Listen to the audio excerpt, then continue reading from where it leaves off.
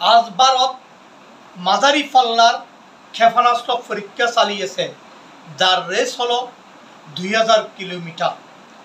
ভারত এই প্রথম রেলপথ চলমান প্ল্যাটফর্ম থেকে মাঝারি পাল্লার ক্ষেপণাস্ত্র উৎক্ষেপণ করল, অর্থাৎ রেল ভিত্তিক মোবাইল লঞ্চার থেকে এই ক্ষেপণাস্ত্র উৎক্ষেপণ করেছে এই প্রথম। এর আগে আমরা বিভিন্ন দেশ দেখেছি চলমান রেলপথে প্ল্যাটফর্ম থেকে মিসাইল উৎক্ষেপণ করতে। ভারত এই প্রথম তাদের নিজস্ব প্রযুক্তি দিয়ে DRDO সহযোগিতায় এই মাঝারি পাল্লার ক্ষেপণাস্ত্র অগ্নি প্রাইম নামে 2000 কিলোমিটার রেসে উৎক্ষেপণ করেছে এবং তারা পরীক্ষায় সফল হয়েছে। ভারতের প্রতিরক্ষা মন্ত্রী রাজনাথ সিং তার এক স্যান্ডেলে তিনি লিখেছেন, তা আজ বৃহস্পতিবার এই অগ্নি প্রাইম নামে স্বল্প পাল্লার ক্ষেপণাস্ত্র তারা উৎক্ষেপণ করেছে।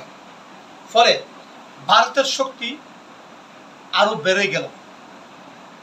দীর্ঘদিন যাবৎ ভারত পাকিস্তান উত্তেজনার মধ্য দিয়ে একের পর এক ক্ষেপণাস্ত্র পরীক্ষা করে ভারতের শক্তি জানান দিচ্ছে।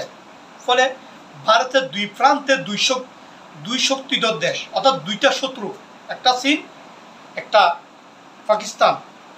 সম্প্রতি কয়েক মাস আগে পাকিস্তানের সাথে ভারতের একটা শর্ট টাইম যুদ্ধ হয়েছে, কিন্তু একে কেন্দ্র করে ভারত প্রতিনিয়ত তাদের আত্মরক্ষার জন্য সামরিক শক্তি বাড়াচ্ছে।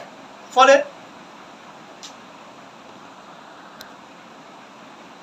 এই মাঝারি পাল্লার অগ্নি প্রাইম নামে ক্ষেপণাস্ত্র উৎক্ষেপণের মধ্য দিয়ে এবার তারা সফল হয়েছে চলমান রেলপথে প্ল্যাটফর্ম থেকে যে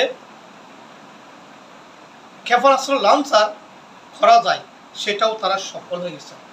ফলে ভারতের সেনাবাহিনীতে, ভারতের সামরিক শক্তিতে তারা নতুন মাত্রা যোগ করল এবং এই সামরিক শক্তি বৃদ্ধির একমাত্র কারণ চীন এবং পাকিস্তানকে মাথায় রেখে ভারতের সামরিক শক্তি বাড়াচ্ছে।